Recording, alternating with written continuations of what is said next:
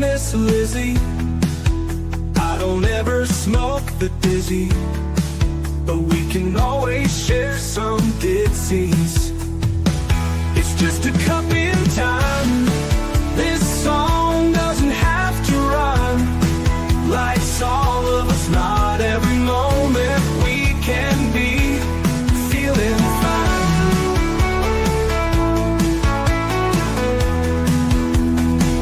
I wanna share a moment, just a second if you will, maybe even a cup of thrill. We could share this performance. It's tea time, come sit with me. Well, welcome guys, Miss Liz in the house, and today I have Jacqueline Boylan in the house, and we're going to talk about her children's book, and we're going to talk about her tea as well. And her tea is Love, Rescued, and Survived. That is the tea we are serving in the house. But before we get started, you guys know how Miss Liz rolls. Get over to all those platforms: Facebook, TikTok, LinkedIn, Instagram, Alignable, Blue Notes, Blue Sky, Lemonade, Clapper, all those good platforms. Give those likes and follow and subscribe. If you notice that the guests are on those platforms as well, give them a follow and subscribe, because that's how we do make a difference with tea. Jump over to the podcast apps: Podbean, iHeartRadio, Deezer, Apple Podcasts, Spotify, all those good platforms. And then jump over to babyboomers.org. Miss Liz has been partnered with them for over 3 years. If you're looking to be featured on different podcasts and Miss Liz doesn't offer you what you're looking for, you can jump over there and pitch your story to them, and they will be happy to serve you over there as well. So check over on babyboomers.org. Let's get started with disclaimer and then a beautiful intro, and then we're going to get Jacqueline in here. We're going to have some fun today with all of you guys out there. Disclaimer for Miss Liz's Tea Time live show. Miss Liz's Tea Time is a global platform dedicating to sharing real-life stories, diverse perspectives, and meaningful conversations that inspire awareness, healing, and connection. Miss Liz is going live using StreamYard. Before leaving a comment during the live broadcast, please grant StreamYard permission to display your name at StreamYard.com. Please be advised that all the content brought forward during any Tea Time show is presented in good faith. However, discussions may include opinions, beliefs, and perspectives that do not necessarily represent the views of Miss Liz or the Tea Time platform. Information shared by guests is based on their own experiences and is perceived to be accurate at the giving time of airing. All guests, viewers, and participants are responsible for using their own good judgment when considering any action or decision that may relate to these discussions. Some episodes may cover sensitive topics, including but not limited to trauma, abuse, grief, mental health, and other emotionally triggering subjects. Listeners' and viewers' discretion is strongly advised. Tea Time with Miss Liz is an open discussion forum designed to offer insight, inspire awareness, and create connection. It is not a substitute for professional, medical, legal, or therapeutical advice. If you require professional support, please seek assistance from qualified professionals or trusted resources in your area. If you have any questions regarding this disclaimer or the content of your discussion, you are welcome to contact me, aka Miss Liz, directly at Miss Liz, bookingmissliz@gmail.com, or visit my link to at Miss Liz's Tea Time. By choosing to participate in, comment on, or view these live shows, you acknowledge and accept this disclaimer. Your participation is entirely voluntary. Miss Liz welcomes you to join the conversation with an open heart, and if at any time you feel this platform is not right for you, I respect your wishes and decision and welcome you back whenever you are ready. Tea Time with Miss Liz is serving truth and awareness one cup at a time. Well, welcome to Tea Time with Miss Liz, where every conversation reminds us that every life's deepest wounds can become the place where hope begins to grow. Today, we are honored to welcome an extraordinary woman whose life story is one of resilience, compassion, unwavering faith, and the incredible strength of the human spirit. Please join me in welcoming Jacqueline K. Boylan, author of A Broken Twig Can Sprout, certified registered nurse, educator, storyteller, and passionate advocate for children who have experienced trauma and adversity. Raised by her beloved great-grandmother in Brooklyn, New York, Jacqueline experienced profound loss at a very young age. By the age of 8, she had lost both of her parents to substance abuse. At 12, she lost her maternal grandmother to pancreas cancer, and years later, she lovingly cared for the woman who raised her, her great-grandmother, until her peaceful passing from breast cancer at the remarkable age of 103. Rather than allowing those experiences to define her, Jacqueline transformed her pain into purpose. Through A Broken Twig Can Sprout, she offers children and adults alike a powerful reminder that our circumstances do not determine our future. No matter how broken life may seem, hope can still take root. Healing is possible, and every life has the ability to grow beyond adversity. Beyond her writing, Jacqueline enjoys photographing, bike riding, studying and teaching Bible, and has a deep appreciation for the American Sign Language, reflecting her lifelong commitment to communication, compassion, and serving others. Today, we'll explore the deeply personal journey behind a broken twig can sprout, growing through childhood trauma and loss, faith as a foundation for healing, turning grief into purpose, encouraging children to believe they can overcome adversity, and the lasting impact stories can have on generations.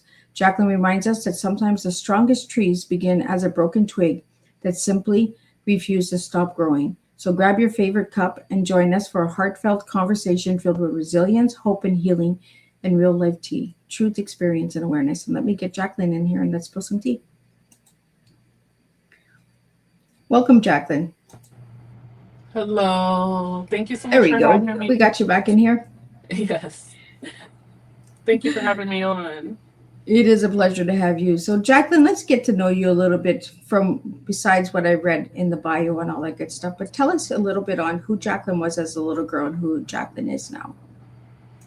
Okay. So, Jackie as a little girl was a little girl who lived with her great grandma, who loved her grandma, who experienced a lot of loss. As you mentioned, I lost my mom when I was 7, lost my dad when I was 8. So, as a result of that, I had a lot of sadness. But with the help of my grandmother, some teachers, good friends, I was able to, grow through it. Jackie, as an adult, after losing my grandmother, had to cope through some very difficult feelings of all that loss that I experienced. And at one point, the losses were overwhelming me, but I learned how to turn that pain into something purposeful. And so that's who I would say Jackie is today as an adult. Pain to purpose. I love it, because that's our greatest purpose is our pain.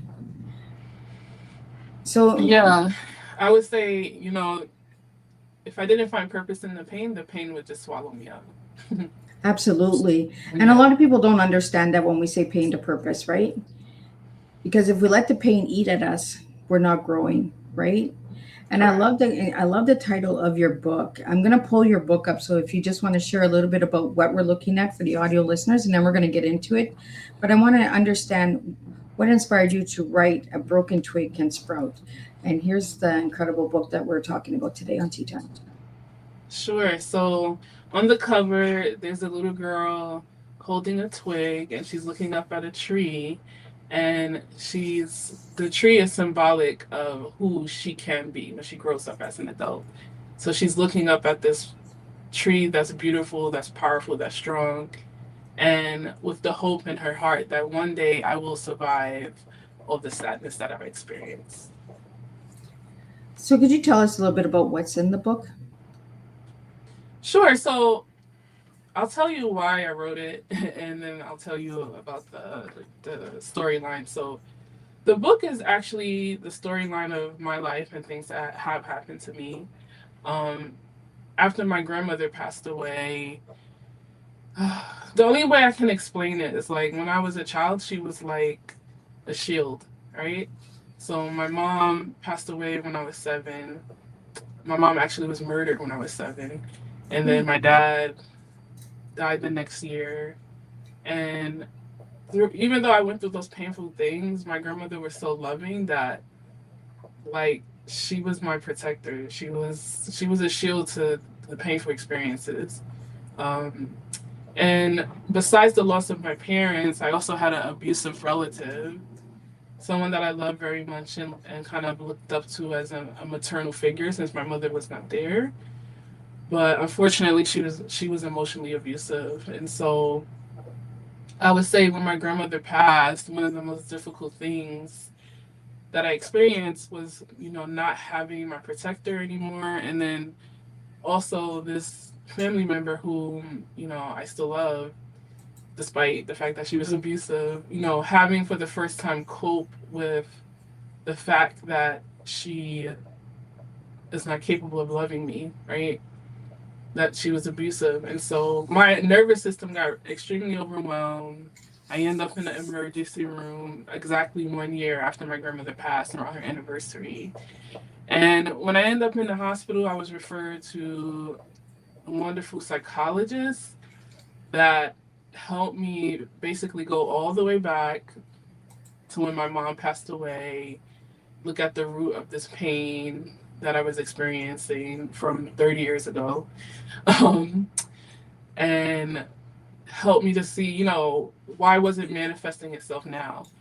And so as a result of that, I started writing Little Jackie a letter. And so when I started writing Little Jackie a letter, I was trying to comfort her and let her know that it wasn't her fault, the things that happened to her. And that's how A Broken Twig Can Sprout was born.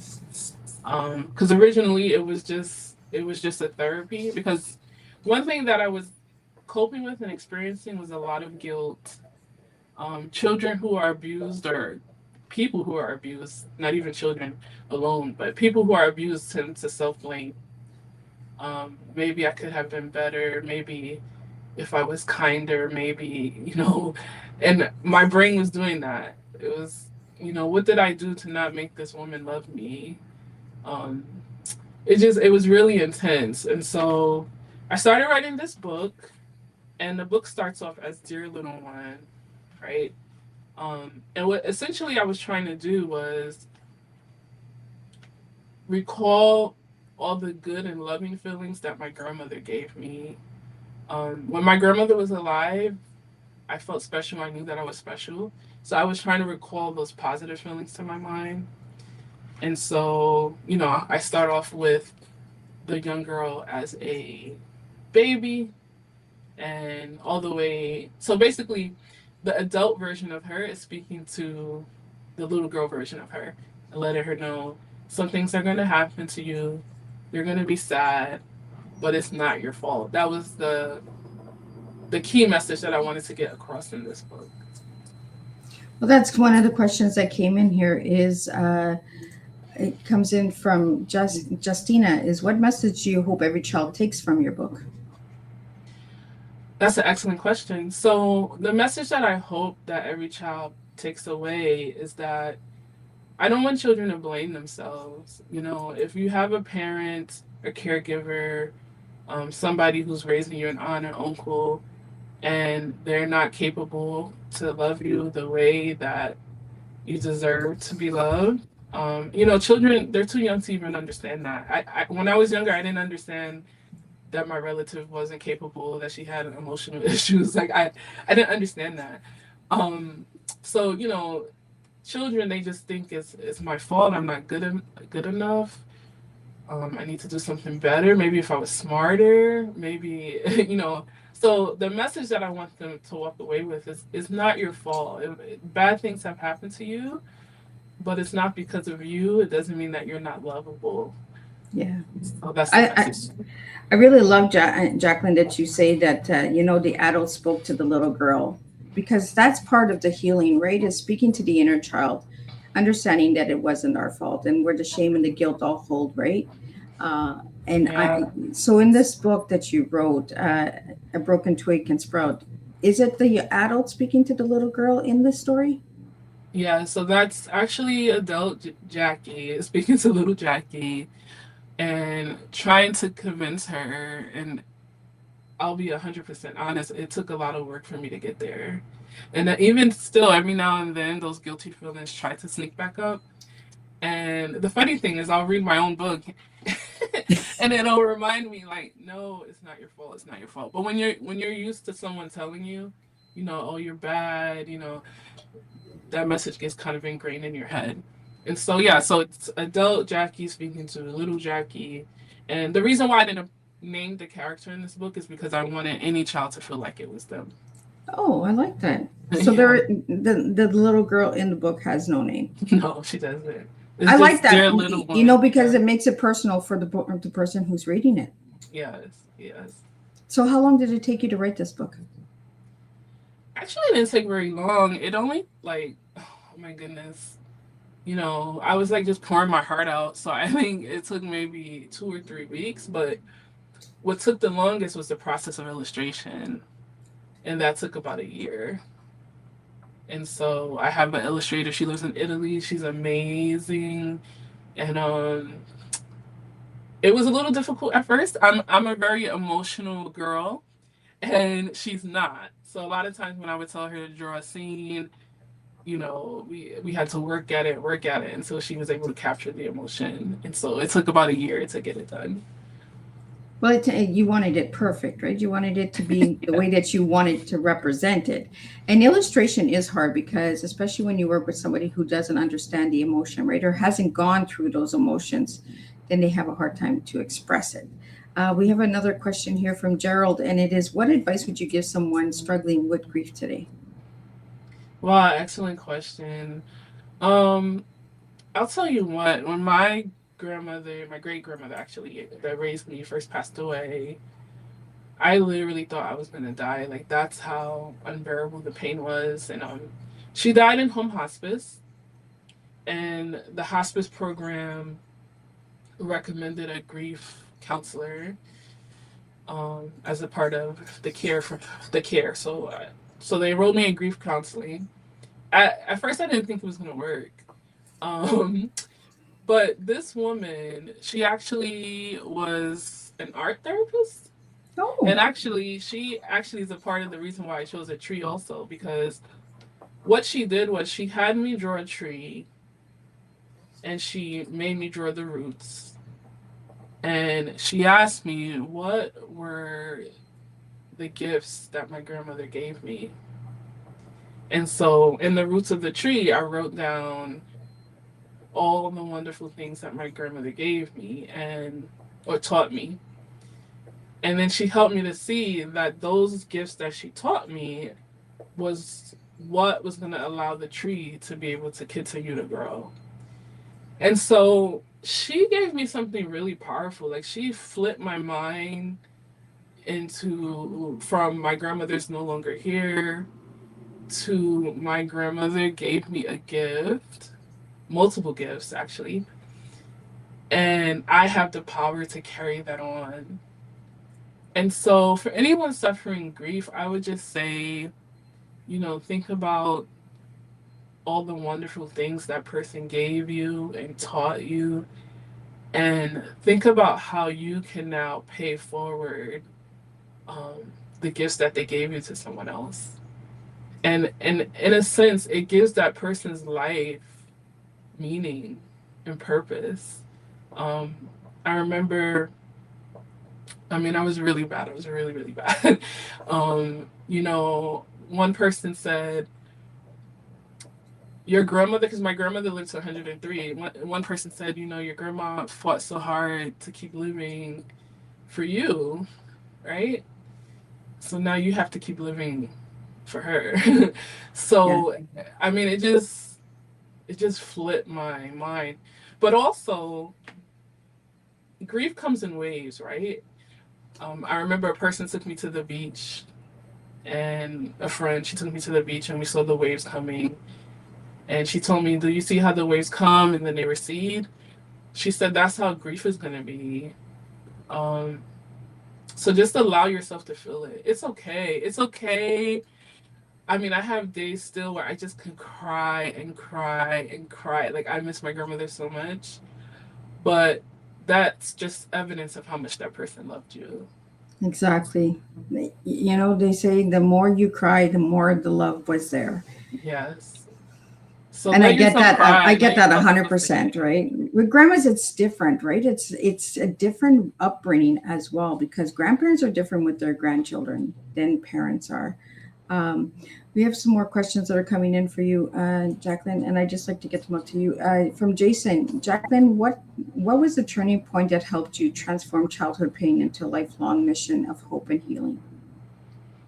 Excellent question. So the turning point would be, I guess, I had an awesome clinical psychologist.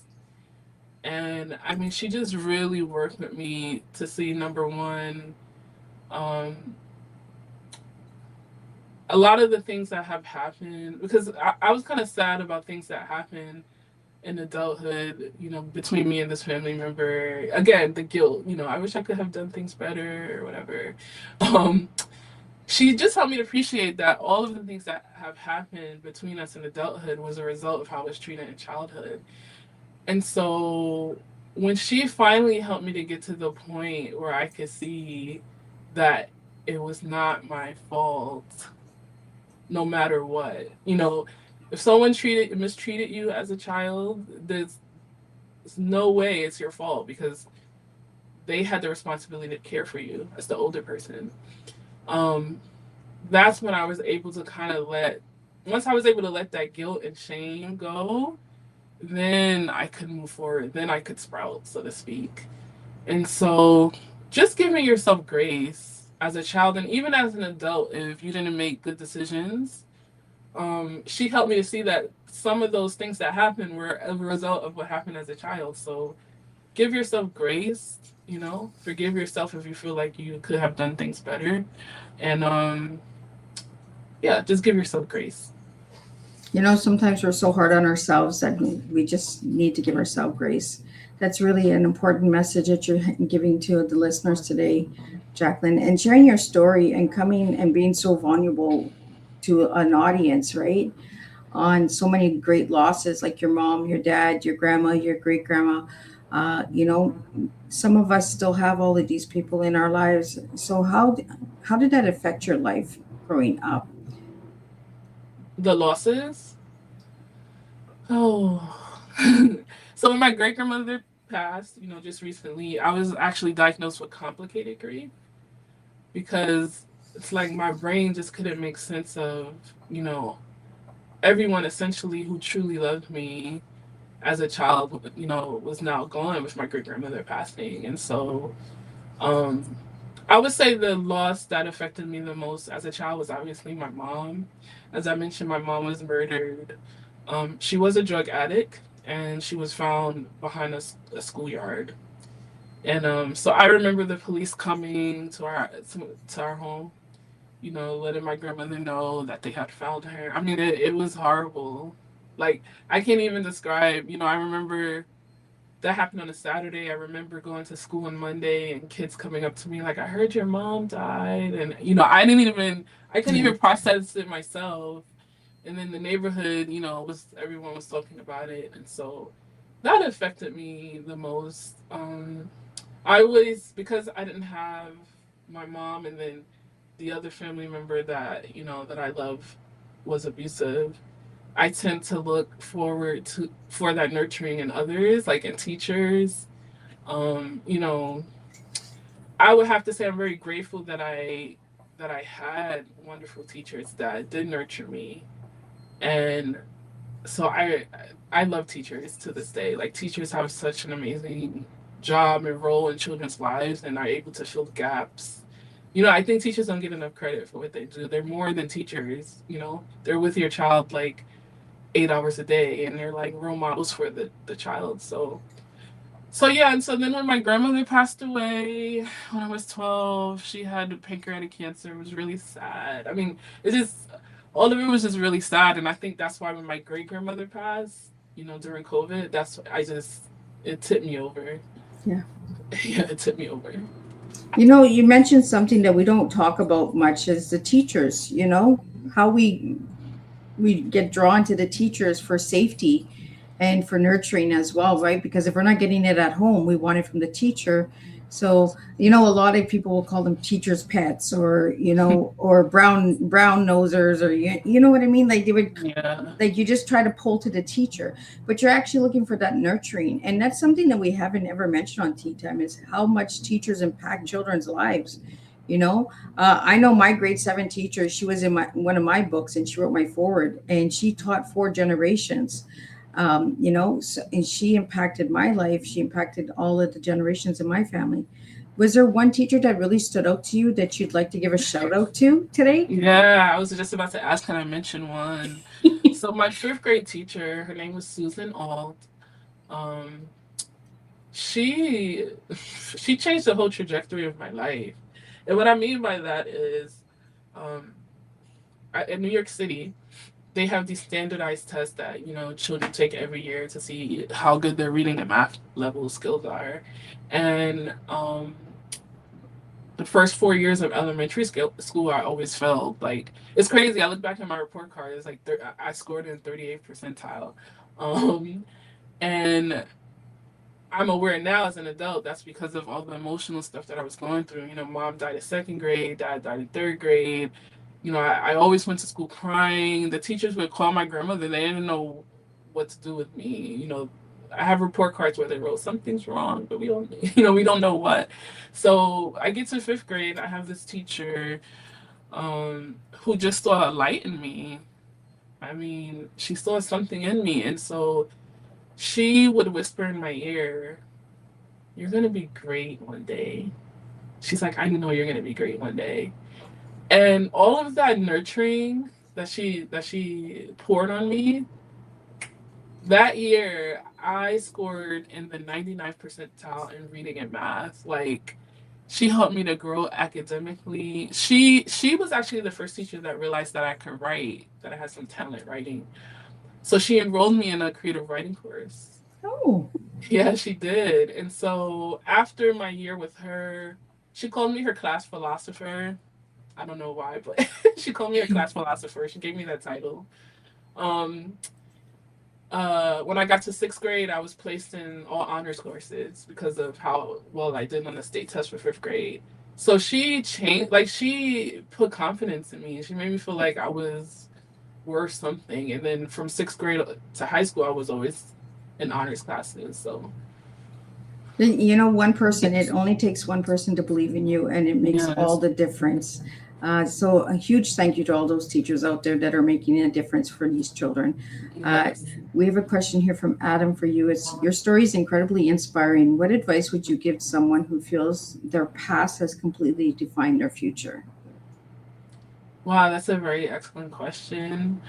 Um, I will definitely say that it's not true. You know, one thing that I've learned in going through therapy is that um, our brains are essentially programmed a certain way, and that programming comes from our past experiences, the people that have been in our lives. I didn't understand that, like, this negative thinking pattern that I had was a result of, you know, this family member constantly telling me that I was bad, that I was troublesome, that, you know, like all these negative things. When the doctor was able to help me to kind of change that thought pattern, then it changed my outlook. It changed the way I feel about myself. Um, we all make mistakes. We all have a past. Um, but we also have a future that we can define. Um, one thing that I say in my book is that you are forgivable.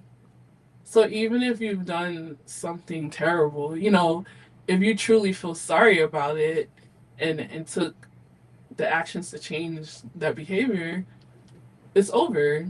It's over. It's done. So we can choose, you know, where we want to go. We can change the story's ending. That's how I end the book too. You can change the ending of the story. Right? Our futures are not determined by our past. Correct. One of my favorite sayings is like, a good card player knows how to play a bad deck. Like, so if you would dealt a bad deck, you're good. Yeah. So you're a So good card player, right? I'm trying to be. I'm trying to be. Yeah. Look, Jacqueline, we have a question here from Adventure Shows, and it's, what does resilient mean to you personally? Oh, that's a good question. Um, Resilience means to me, it doesn't mean that you're not sad. You know, I still suffer a lot with depression, to be honest.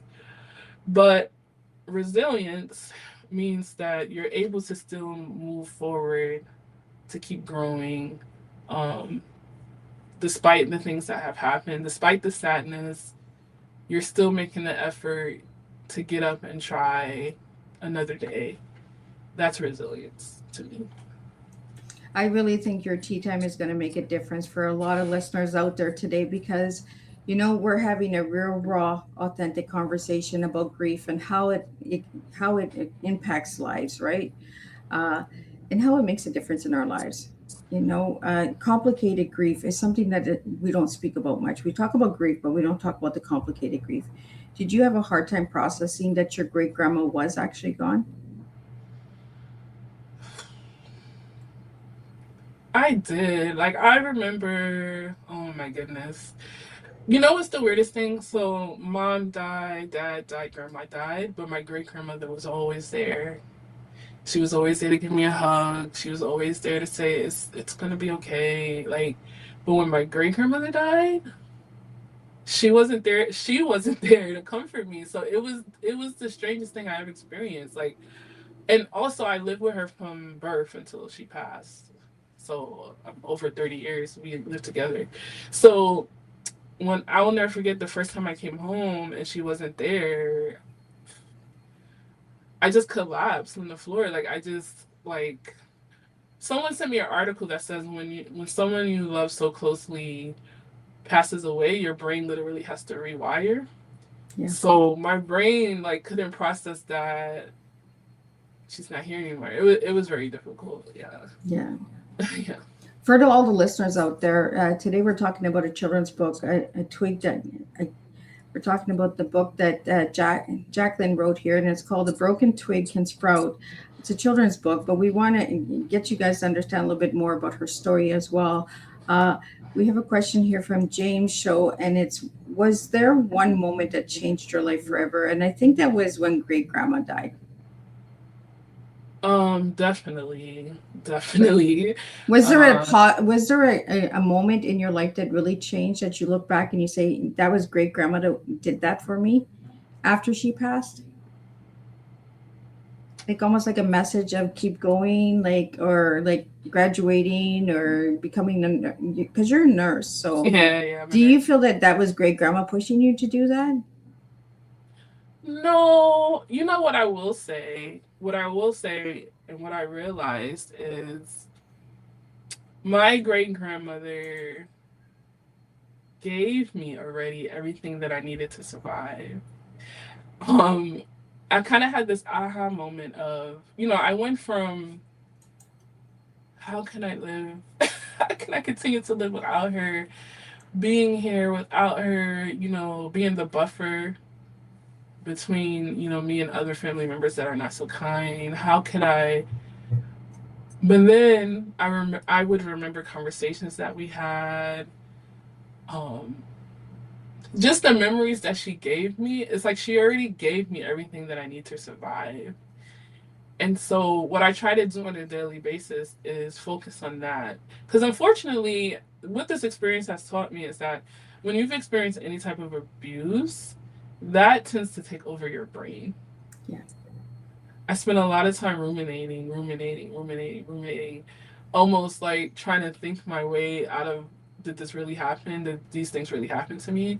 Um, and another reason why I wrote the book was because I was trying to force my brain to remember the good things that happened.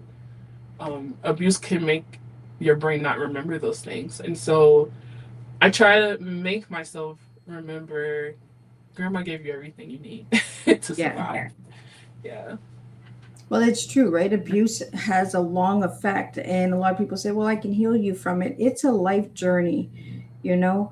And I've said this many times. I'd rather get beaten than have emotional abuse because the Yeah. emotional abuse plays on the mind all the time. It makes you second guess. It makes you question if it really happened, like you Yeah. mentioned. You know, did I do something wrong? Could I have done better? Could I love them more? Could I have not loved them enough? Like you're always questioning yourself, and then the shame starts to eat at you. Yeah. Yeah. Well, I we have a definitely agree. we have a question here from Mac, and it's how do you stay hopeful during difficult seasons? Hmm. Excellent question, Mac. Um, how do I stay hopeful? One thing I will say is, you know, as a child, like I wrote in the beginning of the book, the dedication to my grandmother, is that my grandmother taught me what God's love is. So I always feel like when I was younger, my grandma, it's a funny thing, she wasn't religious at all. She believed in God, but she wasn't religious. Um, but I always knew that, God was there. And I always felt loved by God because I felt loved by her. So she was like the representation of God's love. So when she passed away, of course, it was the first time I'm going through such painful, difficult emotions. But something that helps me is remembering that he loved me then and he still loves me now. So she may not, physically be here, she may not be present, but just having a personal relationship with God and knowing that um, he's present and he's there. And um, one of my favorite Bible scriptures is a promise that it's in Isaiah 65. It's also in the book. A form of the things that we're suffering now will not be called to mind in the future. And so just being a person of faith, I guess I would say carries me through. Well, a lot of people that don't believe in the scriptures and Bibles are not religious. They're really spiritual, right? They believe that God has given this life for a purpose, you know, and this life was given to you, Jackie, so that you could share your story today with all these tea timers, you know. So, yeah, we have a question here from Randall, and it is, what has been the most rewarding part of your journey? I think the most rewarding part, when the book first came out, um, all of my friends super supportive. They bought it, and it's a children's book, but it was the adults that called me and were in tears and were crying and were saying, "You touched a place in me." I had one friend that said to me, her name is Monique. You saw little Monique. She's like, I don't even know how to thank you for that. So just that has been so rewarding, knowing that my word, like basically what I've learned is we're all scarred in some type of way from childhood. And so it's kind of been rewarding to see other people say, thank you for helping me feel that it wasn't my fault what happened to me. That's been amazing. Well, children's books have a way of doing that, right? More adults are buying children's books than people realize because it's an easy read. And then you can also use it with your children, your grandchildren, your great grandchildren, you know. But sometimes those children books open up an inner child within us that we never were able to express. And Yeah. I really like that you didn't name the child in the book because it gives them that personal journey as well. Like your friend Monique said, you know, you found the little Monique in me because you didn't name this child in the book, so she could see herself in the book. Yeah. So I was, and this is a friend who's been in my life for 20 years. And so to hear her say that was just, it was amazing. Yeah. It's been amazing hearing people say that. Well, we have a question here from Rick, and it is, what has surprised you the most since publishing your book? Um, that's a good question. So I started a nonprofit after publishing the book because I want to help other children who have had experiences like me, right? So I have a really big heart, and I want to do all these amazing things. And I think what has surprised me the most is it's a little difficult. Like, I have these goals and these plans that I want to do to help these children, and I've been trying to reach out to other people who are in this field of trauma, children's trauma. But it's been difficult to connect, you know, with persons who have the same goal, I guess. So I would say that that was kind of surprising because I kind of thought, I mean, I guess um, maybe a little naive, that hey, if I just shoot an email and say, hey, I want to help in this field, that I would get all this feedback, but that hasn't been the case. So I guess I would say that has been like the most surprising. Yeah. Well, don't give up, Jacqueline. Yeah. Keep knocking on those doors because it Yeah. only takes that one door to open, right? Uh, we got to just keep knocking. Sometimes people are like not understanding what we're going for, but you Yeah. know, there's a reason why you're knocking on those doors. So keep knocking on those doors. And if you got to knock a couple times, you knock a couple times. You got this. Yeah, I Um, don't plan to give up at all. we have a question here from Kobe, and it is Miss Liz always brings amazing guests. Thank you guys. Jacqueline, what message do you hope every child who reads your book remembers forever? Great question. So, one thing that I realized in writing this book was how blessed I am that I had a great grandmother who lived long enough, loved me long enough that I was able to graduate from high school and then college too, right? Nursing school. Um, but I realized, man, like not every child has that, right? And not everybody has a cheerleader. So in my own little way, I hope that the cheering that I'm doing for the kids in this book will help them to see that like your life has purpose. Those bad things happen to you, but it doesn't mean that you don't have a bright future ahead of you, a wonderful future. I don't want kids to give up on themselves. That's kind of my message. And it's hard not to give up on yourself if you don't have support, right? You Yeah. don't have a support system. I will say that flat out. It's very difficult if you don't have cheerleaders. So, in my own little way, this book was written to cheer on the kids who have gone through so much pain and adversity. I just want to read out this comment that came in from Nick, and it says, "Thank you for advocating for children and families. Your work is making a real difference." Thank you so much, Nick. I appreciate that. So we have a question here from Gerald, and your faith shines throughout this conversation. How has it guided you during your most difficult seasons of life? Well, I guess I would say kind of like what I said before. Like I said, as a child, I knew that I was loved by God. I knew that, like He gave me my great grandmother because my mom, I didn't mention this part of the story.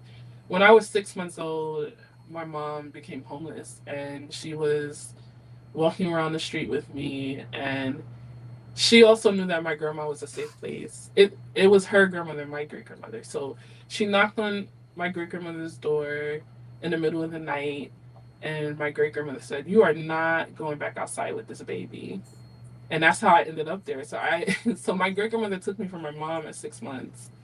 Um, and so I always knew like God loves me. God made sure that I was in a safe place with my grandmother. And so just not forgetting that, because the world and abuse and people who aren't kind, they can try to make you forget, all the good things that have happened in your life.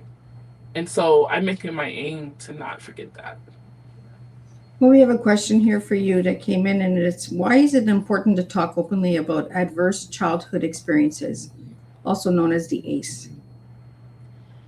So that's a good question. I just started grad school a year ago, and my first semester we had to write this paper based on research, medical research, and I chose ACEs, and my mind was kind of blown away by what I read, like all the research that I found, and essentially, it's a it's a field of study that's not discussed too often. There's a couple of doctors out there that are, trying to spread the word about it. Um, but essentially, what they have discovered in medicine is a lot of the illnesses that we have as an adult is a result of some traumatic thing that happened in our childhood. So, I'll just give an example of this one doctor, and I was reading her book, and she's a pediatrician out in California. Her name is Dr. Nadine Burke, and she tells a story of a child that children kept coming in her office, with these different illnesses, but she couldn't figure out the source, right? Because we're doctors and nurses, so what do? We look for physical symptoms, physical causes. And long story made short, the child was 7 years old, but at the growth height of a 4-year-old. She ended up asking mom what happened at the age of 4, and then realized the child, I believe, was molested. And so basically stopped growing at that age.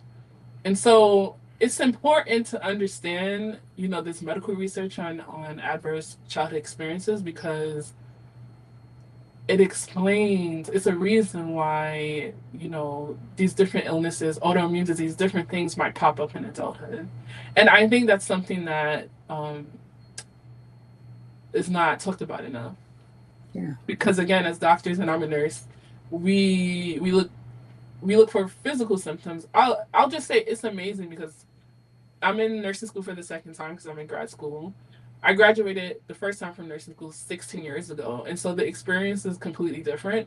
Because the first time I went, you learned about anatomy and physiology, you learned about disease, you learned about the medication that treats the disease. But now, my second time in nursing school, I'm learning more of the emotional and social things that happen in our lives that cause disease, which I didn't learn about the first time. So it's been very interesting. Well, for anybody that wants to know more about the ACEs, where could they find information about that? There is actually this doctor, Dr. Nadine Burke. You can Google her. She has a resource called, I believe it's called the ACEs Network. If you Google her name, it'll come up. And also, she has a TED Talk on YouTube, which explains this much better than I can explain it. It's pretty amazing. And she also just did a podcast with Mel Gibbons, I believe. Last name is. Yeah, where she explains it in more detail. I want to get into a project that you're doing as well, and people can find out that on your website. But we're going to get this question in from Antonio. What advice would you give someone who feels like they've lost hope? Aw. Don't give up. I saw something on Etsy a while ago, and it really touched me. It said, what if everything turns out okay? And I said, wow, that's such a powerful statement, because when we're at our lowest, when we're in depression, the only thing that we see is the gloom and the doom of the end, right? And we don't even think about the possibility that everything might turn out okay. So I would say hold on to that thought. What if everything does turn out okay? And that's something that my psychologist helped me with also. Um, she helped me to like reframe my mind into seeing a beautiful future. Like we would talk about the illustration of being a movie director, let's say. And she would ask me, well, what if you can change the ending scene of the movie? What would you want it to be? And so she helped me kind of reframe my mind into a positive future instead of always thinking that everything is going to be bad. Absolutely. Well, we have a website that's shown here on the screen, and it's Resilient House. So can you tell us a little bit about Resilient House and Help Me Sprout? Okay. So I have two things going on. Resiliency House is the website for my books. So I wrote this one book, and my second book is coming out in October. The title of that one is A Piece of Mama's Heart. I really look forward to that one. It's dedicated to my mom and is written for children who had a parent with substance abuse disorder. So if you're interested in purchasing my book, you can go straight to resiliencyhouse.org. Help Me Sprout is the name of the nonprofit that I started. Right now, the website is undergoing some work, so if you type in it won't come up at this moment. But you can learn about Help Me Sprout also at resiliencyhouse.org.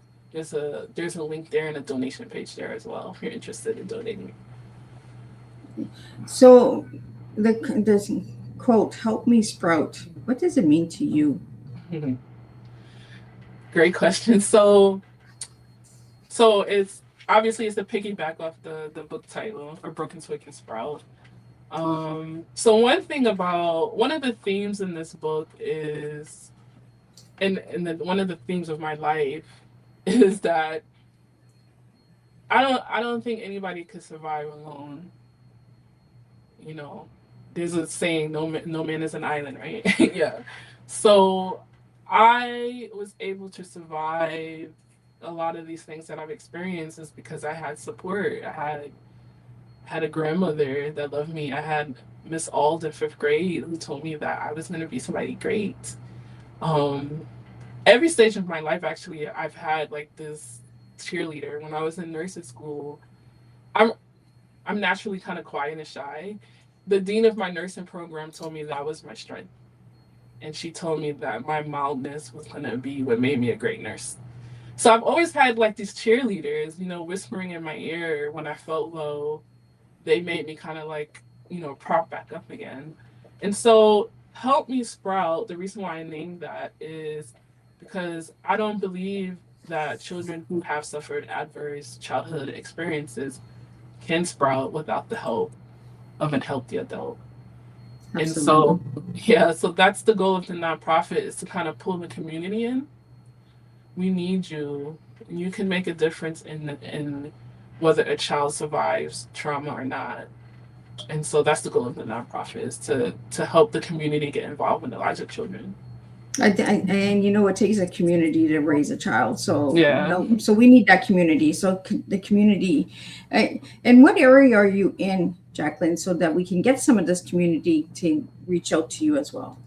So I'm in Queens, New York, specifically Long Island City, New York. And actually, I'm so excited because I have a couple of things in the works right now. So I love writing, as you know.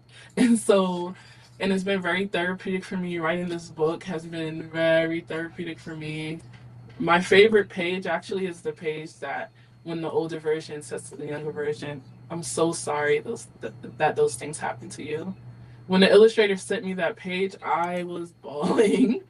Just to hear those words, "I'm sorry," it did something for me.